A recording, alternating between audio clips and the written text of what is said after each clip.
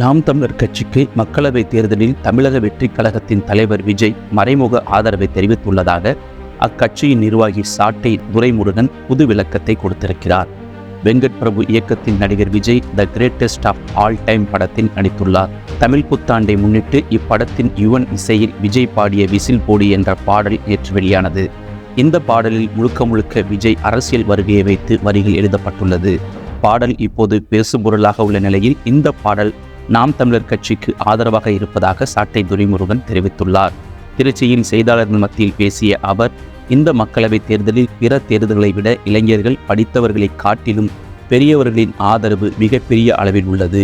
50 வயதை கடந்தவர்களின் ஆதரவு அபரிவிதமாக உள்ளது. தமிழக வெற்றிக் கழகத்தின் தலைவர் விஜய் நாம் தமிழர் கட்சிக்கு மறைமுகமான ஆதரவை கொடுத்திருக்கிறார் என சொல்லலாம். அவர் நடித்துள்ள கோட் படத்தின் பாடல் வெளியாகி இருக்கிறது. அதில் வந்து கேம்பெயின் தொடங்கி மைக்கை பிடி என்ற பாடல் வரிகள் இடம்பெற்றுள்ளது. அந்த காட்சியில் மைக்கை வைக்க வேண்டிய அவசியமில்லை. ஆனாலும் மைக் சின்னத்தை மக்களிடம் கொண்டு சேர்க்க மறைமுக ஆதரவு தருவதாகத்தான் பார்க்கிறோம். நேரடியாக அவர் ஆதரவு தெரிவிக்கவில்லை. மைக்கை வைத்தால் அது நாம் தமிழர் கட்சியைத்தான் சென்றடையும் என விஜய்க்கு தெரியும். இது குறித்து விஜயின் தமிழக வெற்றிக் கழக கட்சி எந்தவிதமான பதிலையும் உறுதியையும் அளிக்கவில்லை என்பது குறிப்பிடத்தக்கது. சீமான் மற்றும் விஜயின் கொள்கைகளிலும் பெரிய அளவில் வேறுபாடில்லை. நாங்களும் அடிப்படை அரசியல் மாற்றம் என சொன்னோம். விஜய் வெளியிட்ட அறிக்கையிலையும் அடிப்படை மாற்றம், அமைப்பு மாற்றம் என சொல்லியிருக்கிறார். 2 கட்சிகளும் பெரிய அளவில் மாறுபாடில்லை. இனி விஜய் எடுத்து வைக்கப் போகிற பிரச்சனைகளும் அதற்கான தீர்வுகளும் தான் எந்த மாதிரியான அரசியலும் முன்னெடுத்து வரப்போகிறார் என தெரிய வரும்.